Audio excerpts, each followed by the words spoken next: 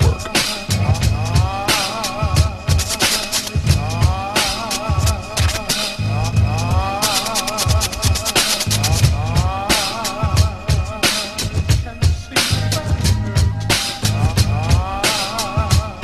Welcome to the TheLifeDctr Radio Show. We have a very good show this week. Jeremy Winston's coming in to talk a little bit NFL football. I'm here with my co-host, Michael A. Jones Jr. Dr. Arlene Archer is going to be on the show this week talking about mental health as we kind of transition into topical matter that goes beyond sports. So we're glad that you're joining us. Very excited to have you. Now that we have all the salutations out the way, I'm gonna start the show this week with a rant because I'm kind of ticked off. This weekend, Ohio State, my Ohio State Buckeyes, moved to 9-0, number one in the AP poll for about 15 consecutive weeks. I've been getting a lot of hate and vitriol, mostly by jealous people who don't follow a team that's successful and kind of perpetual losers, but also by people who are Alabama fans who Ohio State beat pretty handily last year. People are complaining about Ohio State's schedule and saying that Ohio State's not really that good. The whole stereotypical, the SEC, we beat up on each other.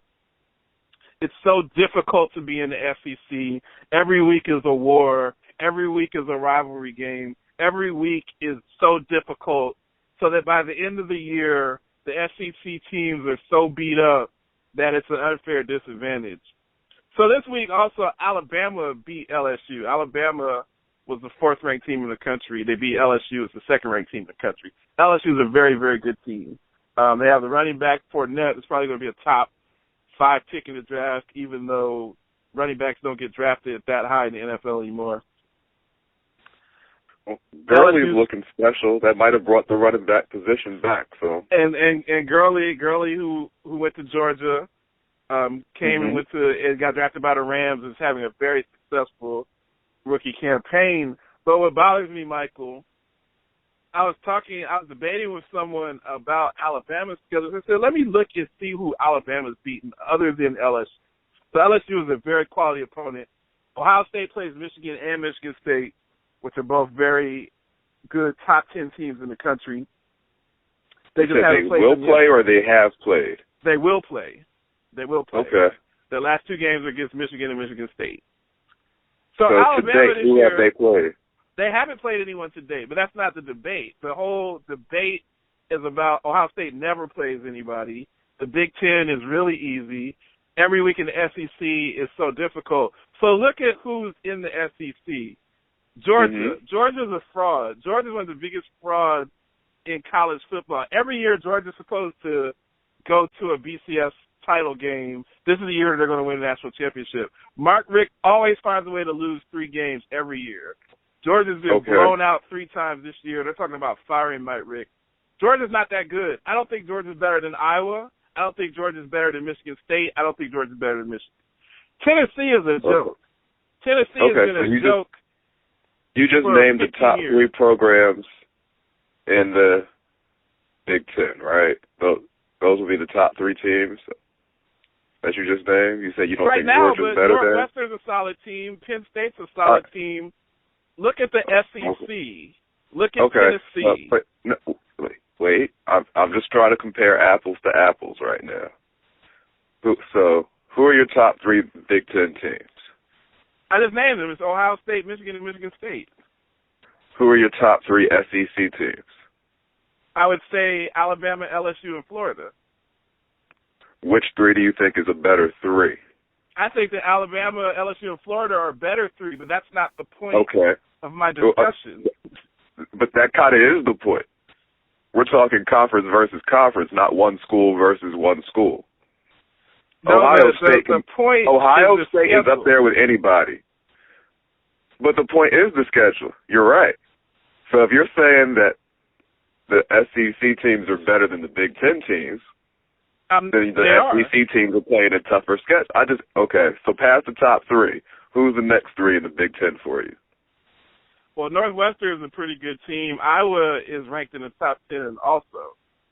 Okay. So that's 2. Nebraska, Wisconsin, Penn State, they're fringe teams. I wouldn't say that they're elite in any way, but I think you're deviating from the point. The point is, if you look at who Alabama's beaten this year, who have they beaten outside of LSU? Okay, so now we're at who have they beaten. All right. So here's my question. So now we're on to who they've played this year so far, right? Correct. Who's Ohio State played so far? They haven't played anybody. So what are we talking about? So Alabama's is that the argument you want to go with right now? Alabama's beaten one good team. Ohio State's beaten none. They play 2 good teams at the back end of their season. Alabama gets to play a terrible Auburn team.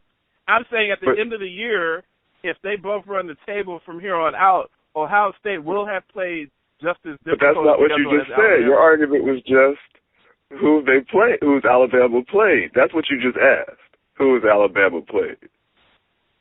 So I asked you who Ohio State played, and you said nobody.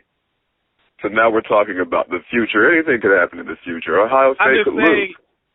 But conceptually, and if they lose, then I'll eat it. Then that will prove that will prove against my point. But by your own admission, the argument that they haven't played anybody is valid.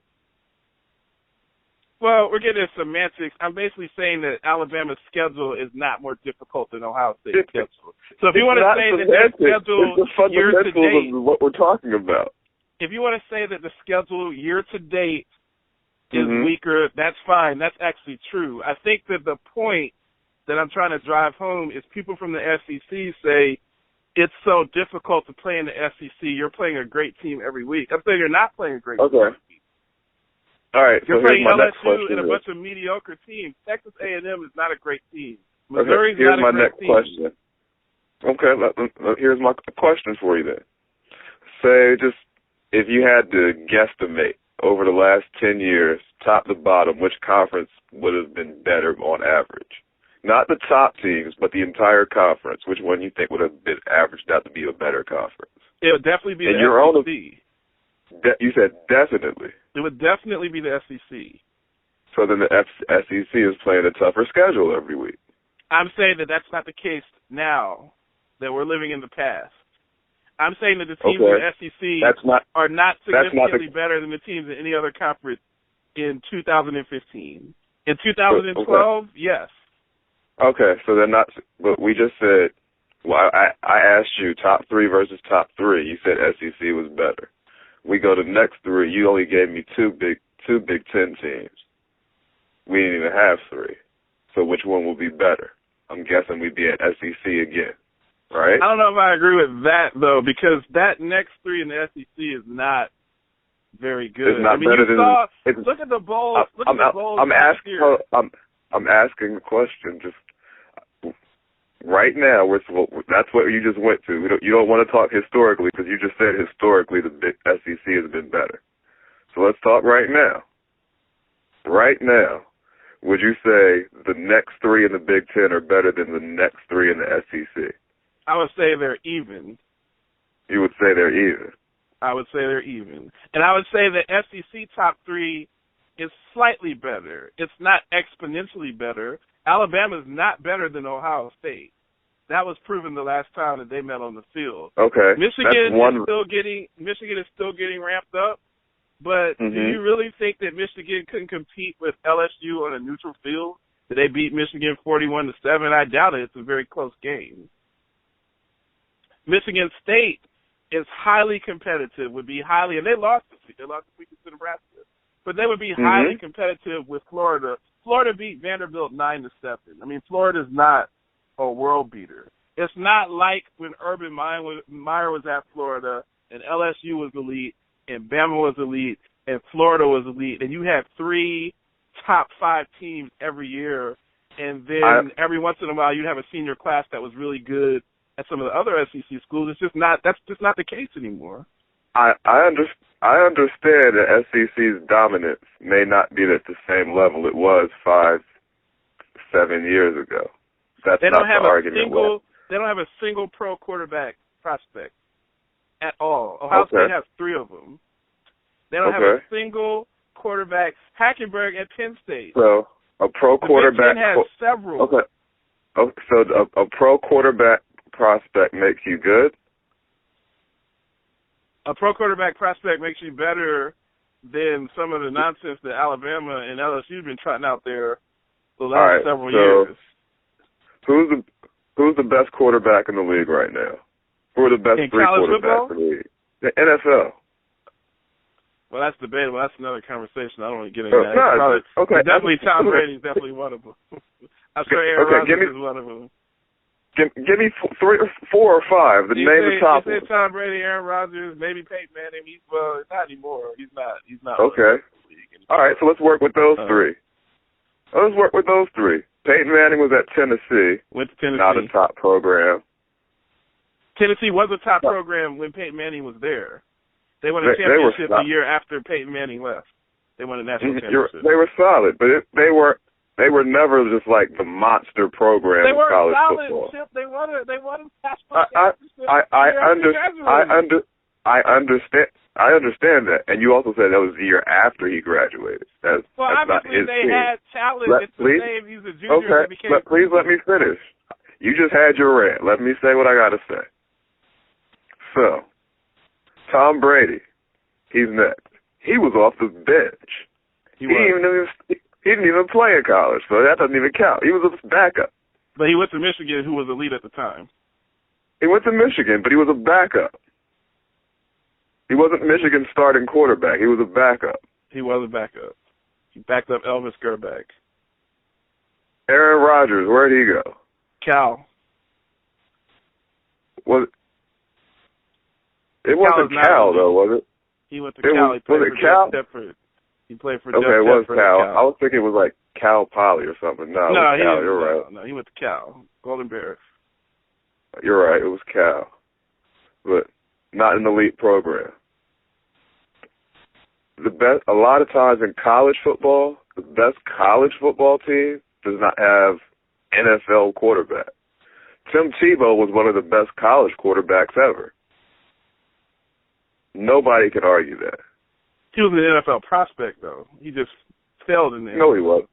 Not he really. was drafted in the first round, so he was obviously an NFL prospect, Michael, or he wouldn't have been drafted in the first round. He was an NFL prospect because he was a winner. I never heard anyone ever say he could throw. Yeah, which is kind of the job of an NFL quarterback. You heard something? Did you ever hear anyone say he could throw? Well, I didn't need for Mel Kiper to tell me. I mean, I could see with his story. I know you could see it. But I'm talking about as far as talk of being a pro prospect. Did you ever hear anyone say he could throw? I never heard anyone say that, no. So if you're talking about an NFL pro prospect, his options were limited from the start. But he was one of the best college quarterbacks ever. It's a different ballgame. So as we close this segment, is it possible that you're a little bit jealous because you're a Penn State fan and you're kind of not at all undermining this segment because Ohio State has been giving you the business since you joined the Big Ten? Not at all. Okay, I'm just making sure. No, because for me, Big Ten being better makes Penn State better. It does. You have a great coach. Because recruits would want to come play there because it's in the Big Ten, which is a top conference. I have nothing but love for the Big Ten. So it's not that at all. I'm just saying. Yeah. You know. It might be a little bit of jealousy. It's all right. It's all right, Michael. It's okay. See, and that sounds like the argument of someone who feels like they just lost the argument. I wasn't trying to win or lose the argument. Hey, I mean, it's our show. We co-host the show, so if you win the argument, I win. I mean, it's just we all win regardless. It's just. I just, don't want you to feel like a sore loser because you just got out-debated. That's not the point. All I'm saying man, we were on the debate team together in high school. I mean, it is what it is. That's why I asked you to co-host the show. I didn't want to steamroll whoever else is in that chair. I just think, and the segment's up, so you've kind of ruined my segment. That's fine. I'm still going to air it because I'm not that type of guy. Oh, I know you wanted to rant. At the end of the day, I'm saying that Ohio State's cumulative schedule at the end of the year will be on par with Alabama. That's my point, that their schedule is just as difficult. Year to date, it's not. They haven't played the most difficult games yet. But the SEC fans' argument is that every game, every year is a grind, which is not a statement that. Have you seen Auburn almost lost to a D2 team? They're terrible. But Lou, but generally speaking, over the last 10 years, that has been true in the SEC. You can't write them off for one down year, any more than you could write off the Big Ten for having 15 down years, and people still tried to give the Big Ten love. That's the only fair thing that you said in this entire conversation. You can listen to Michael Jones Talk Reckless on One-on-One with MJ, his show, where it's a monologue, so he doesn't have to debate with me or anybody else. We will be back on the Lance Day Radio Show with Jeremy Winston after these messages. Who is it you think you see? Do you know how much I make a year? I mean, even if I told you, you wouldn't believe it. Do you know what would happen if I suddenly decided to stop going into work? A business big enough that it could be listed on the NASDAQ goes belly up. It disappears. It ceases to exist without me. No, you clearly don't know who you're talking to, so let me clue you in. I am not in danger, Skylar. I am the danger. You are listening to the Lance J Radio Show on Advent Sports Network.